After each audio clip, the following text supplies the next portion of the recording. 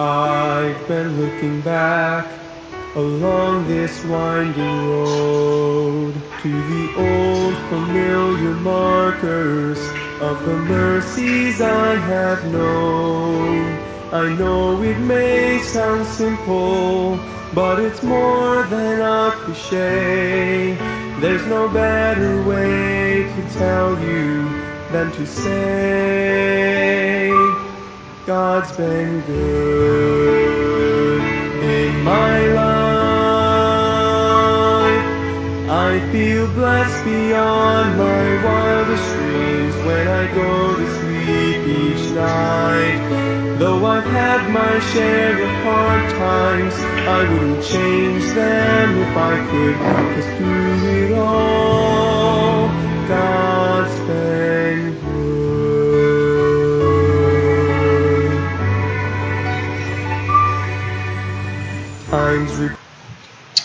Alright, so magandang hapon muli sa atin lahat at agahan po natin ang ating daily words of encouragement dahil po mamaya ay magkakaroon po kami ng necrological services or service dito po sa aming lola dito sa Pangasinan dahil po yung tatay ni Pastor Albert ay namatay po.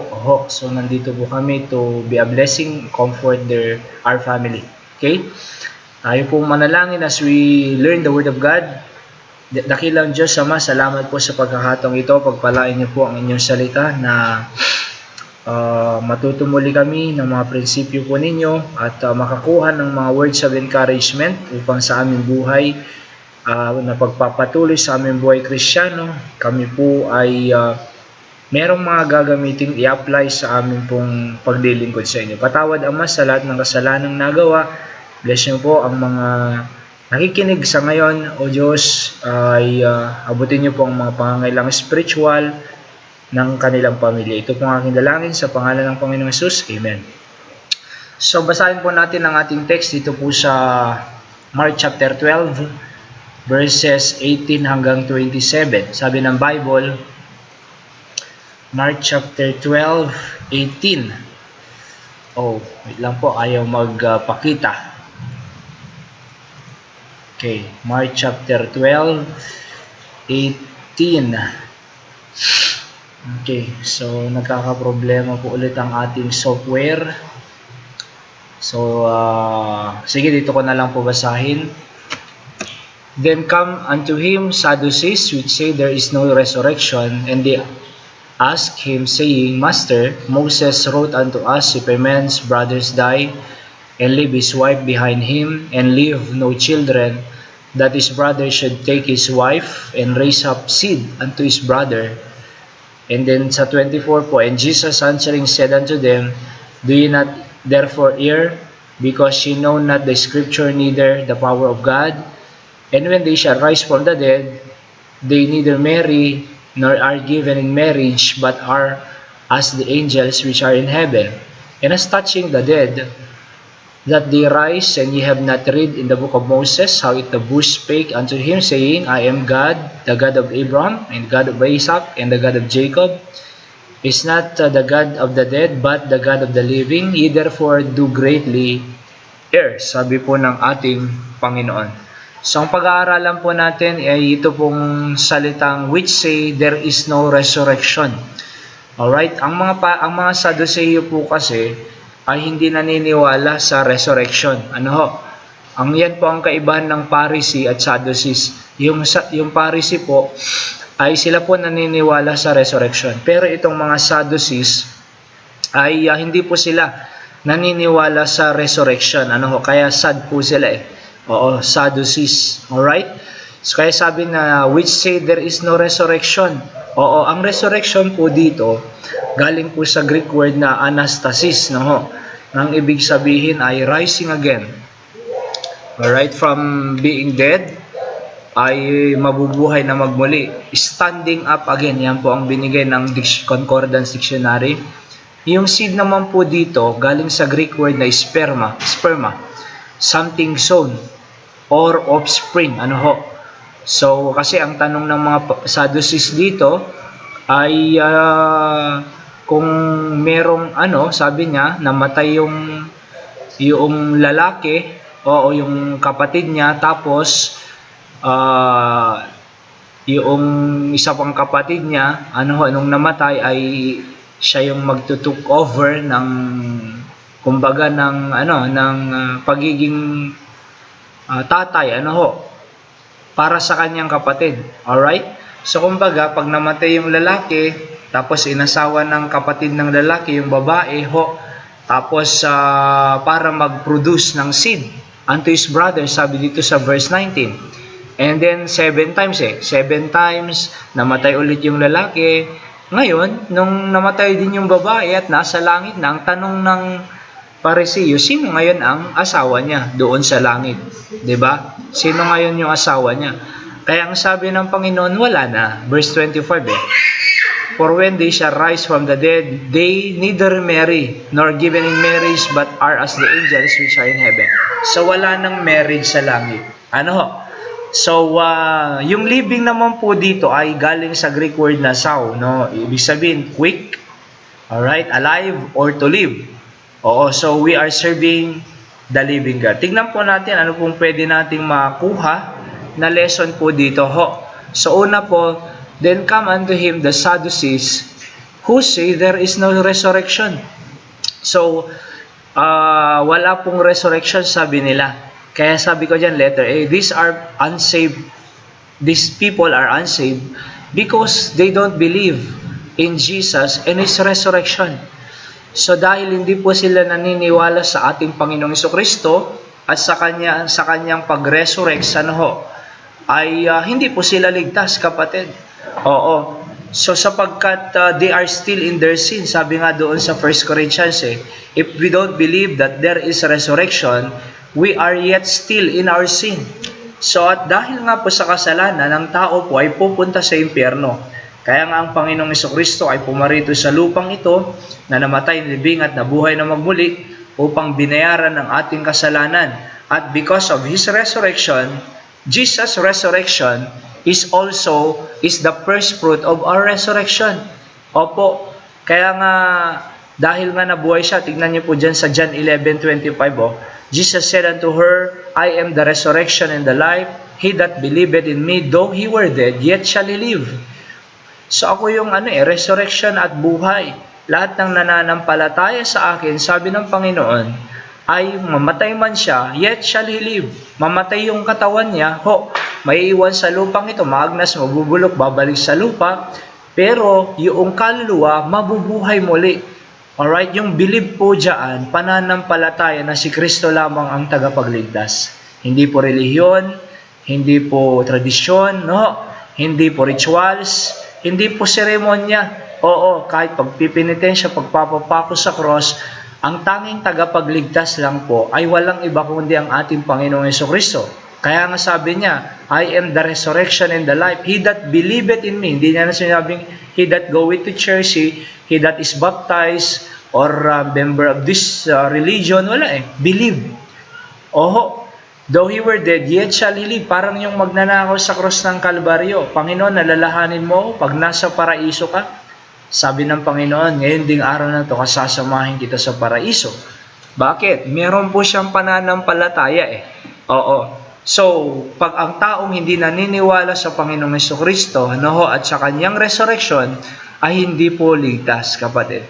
Kaya alam niyo po, napakahalaga na paniwalaan natin siya lang ang tagapagligtas. Sabi nga ng John 14:6, I am the way, the truth, and the life. No man cometh to the Father but by me. So, ang Panginoon lang po ang daan patungo sa langit. Wala na pong ibang daan, iisa lang, si Jesus. So, letter B, the Bible often mention resurrection in many books. Okay, so dito sa 1 Peter 1:3, Blessed are the God and the Father of our Lord Jesus Christ, which according to His abundant mercy hath begotten us again unto a lively hope by the resurrection of Jesus Christ from the dead. So tingnan niyo po dyan, yun po ang ating buhay na pag-asa, yung resurrection ng ating Panginoon. Sapagkat kung hindi po nag-resurrect ang ating Panginoon, tayo po ay patay sa ating kasalanan. Hindi po tayo mabubuhay. tayo po ay mamamatay sa impyerno, kapatid. Pero salamat sa Panginoon na siya po ay nabuhay na magmuli after 3 days, as he said to the chief priest, gibayin niyo ang templong ito, pero sa ikatlong araw itatayo ko. Oo. So, talking about his life, your body. Oo. So, gibaon niyo ang templong ito, sabi niya, yung body niya, at sa ikatlong araw itatayo ko ito. Talking about his resurrection. Kaya nga kung siya'y nabuhay, that guarantees also our resurrection. His resurrection guarantees our resurrection, kapatid. Lively hope. Buhay na pag-asa po natin yan eh. Kaya nga po nakakalungkot sa mga tao, Saduceo, na mga katulad ng mga Saduceo na mga tao na hindi naniniwala sa resurrection eh. Sapagkat wala silang buhay na pag-asa. Sabi dito sa 1 Peter 3:1, lively hope. Wala silang buhay na pag-asa. Pero salamat sa Panginoon, tayo po ay nakilala natin ang Panginoong Jesucristo na siya'y namatay, nilibing at nabuhay na magmuli, na ating lively hope. Alam niyo po, pag walang resurrection, kulang po ang gospel na tinatawag. Kasi po ang gospel sa 1 Corinthians 15:1-4, death, burial, and resurrection eh. Pagka walang resurrection, kulang ang gospel. Pero salamat sa Panginoon na tayo po ay naniwala sa gospel ng Panginoon, na siya'y namatay, nilibing at nabuhay na magmuli, kaya naman po tayo ay mabubuhay balang araw. At salamat sa langit po tayo magkikita-kita ng ating mga mahal sa buhay. Pangalawa, the question is, in the resurrection, therefore, when they shall rise, whose wife shall be of them? For the 7 had her to wife, sabi ng Biblia. Oo, naging asawa niya po kasi. Kumbaga, namatay yung lalaki na asawa, yung kapatid ng lalaking namatay, tinok over niya yung responsibility to produce seed for their brother. Hanggang 7 po yan eh. Namatay din, wala ring anak. Kaya nga, sa langit, sino asawa niya? Sabi nila. At letter A, sabi ko dyan, these people don't understand the scripture because of their tradition. Ang mga Saduceo po kasi, kasama na po yung mga Pariseo, ay naniniwala po sila doon sa tinatawag na tradisyon, mga tradition. And vain tradition na sinasabi ng Biblia. So, instead, ang scripture, ang Biblia, ang kanilang panampalatayanan, yung tradition na. Alam niyo po, sa totoo lang po, nakakalito po minsan ang tradition. Napakaraming tradition sa ating pong bansa, sapagkat nasakop po tayo ng mga Kastila noon. Ang dinala nila, hindi po Christianism, kundi Catholicism. At ang karamihan pong tinuro dyan ay mga tradisyon. Mga tradisyon, salit-salin sabi, kapatid. Alright? Oral tradition. Sabi nila, pag may itim na pusa, huwag ka nang tutuloy sa pupuntahan mo. Tapos sabi nila, pag may namatay, ikutin ng 7 beses para hindi na bumalik. Pero, nilalagyan naman ng barya doon doon sa kabaong, 'di ba? Ano yung tinanong ko para saan yung barya? Para daw pamasahe niya pabalik. Kalahin niyo po yan, iikutin ng 7 beses, pero may pamasahe rin naman pala. So mga tradisyon po yan, napakarami pong tradisyon yan.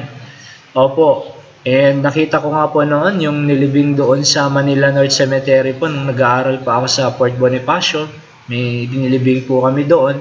Merong kinuhang bata Yung bata doon sa kabaong, ginaganong-ganon. Kumbaga, tinatransfer. Bakit daw? Para hindi siya matakot pagbalik ng matpatay. So, mga tradisyon po So, katulad po nito, mga Saduceo po dito, they don't understand the scripture because of their tradition. Alam nyo po, pag mas mataas po ang pagkakilala natin sa tradisyon kaysa salita ng Diyos, ay talagang hindi magiging ignorant po tayo ng scripture. Letter B, tradition will direct you to human opinion, not to the wisdom and will of God. So yung mga tradisyon po, ididirect lang po tayo niyan sa magiging human opinion. Paniniwalaan na ng tao, yung opinion ng tao. At alam niyo po ba, ang opinion ng tao not based from the Word of God, ay lagi po yung heresy na tinatawag. So, heresy or false doctrine, false teaching. Kaya nga po, instead sa tradisyon, pinakamaganda po ay doon po tayo sa scripture, sa wisdom and will of God. Sabi nga natin ay when we open the Bible, we open the mind of God. Do you want to understand the mind of God? Open the Bible. Because the Bible is the mind of God. Wala na po eh. Kaya letter C, sabi ko dyan, the Bible should be the authority of our faith and practice alone. So, hindi po yung, wala na pong panaginip ngayon. Hindi na po totoong panaginip ngayon. Bakit pa kailangan mo ng panaginip? Meron ng Biblia eh. Bakit mo pa kailangan ng audible voices? May naririnig kang salita. May salita na ng Diyos eh. Bakit mo pa kailangan ng tawag doon? Nung Old Testament, may ganyan. Dreams, At yung tinatawag na Urim and Thummim, yung breastplate ng priest. Pagka nangailangan noon ng tugon ng Diyos, kung sila ba ay mananalo sa gera po, tatawagin po nila yung priest. At doon sa priest, merong yung Urim and Thummim na tinatawag. At doon po makikiusap ang Panginoon. Animal, yung donkey, nagsalita. Ganun po nung Old Testament eh. Pero ngayon pong New Testament, kapatid, meron na pong complete revelation of God, which is the Word of God, the Bible, the Scripture. Wala na po tayong ibang pangangailangan pa. Hindi po totoo na ang panaginip. Bakit ka pa kailangan ng panaginip? Meron ng ang Panginoon eh. Meron na siyang sinasabi sa Biblia. Basahin mo na lang ang Biblia kaysa maniwala sa panaginip. Ay, may bumalik. Baka sabihin niya, may bumalik. Oo, may bumalik pa na patay. Oo, yung patay natin, bumalik. Oo, nagparamdam siya. May hangin biglang humangin. Biglang dahon, gumalaw. Alain niyo po yung pananampalatayang ganyan. So, gumalaw yung dahon, humangin. Bumalik na yung Asan? Hindi po totoo yun. Ang langit po at ang impyerno, may entrance, walang exit po yan. Habang nabubuhay po ang tao na nanampalataya kay Kristo, sa Panginoong Jesucristo, sa langit na po yan pupunta. Kaya nga sabi ng Bible mabubuhay siya Pero pag ang taong buhay ngayon at hindi naniwala sa Panginoon, pupunta siya ng impyerno. Ganun kasimple po ang salita ng Diyos. Kaya habang buhay po siya, kailangan masyaran po siya ng gospel at manampalataya upang sa langit silang mapunta. At pag nasa langit na, wala na. Alam niyo po ba, wala rin pong doctrine or purgatory. Wala pong purgatorio Wala rin pong tinatawag na prayer for the dead. Ipapanalangin mo yung patay. Lualo sa Ilocano. Wala na pong ganun. Bakit? Kasi yung purgatory po, kahit basahin mo ang whole Bible, Genesis to Revelation, wala kang mababasang purgatorio na neutral ground daw yun. Pag namatay ang tao, pupunta pa doon sa purgatory. Ipapanalangin ngayon ng mga kamag-anak para mapunta sa langit. Akalain niyo po magbabayad ka taon-taon or every time. May special at ordinary pa. Parang Mickey parang pansit lang May special at ordinary pa. Pag special daw, mas madaling pupunta sa langit, mas malang bayad. Pag ordinary, mas mura. Oo. Pero sa katunayan po, yung mga pare, alam din po nilang wala yan Bakit? Kasi alam din po nila ang Biblia.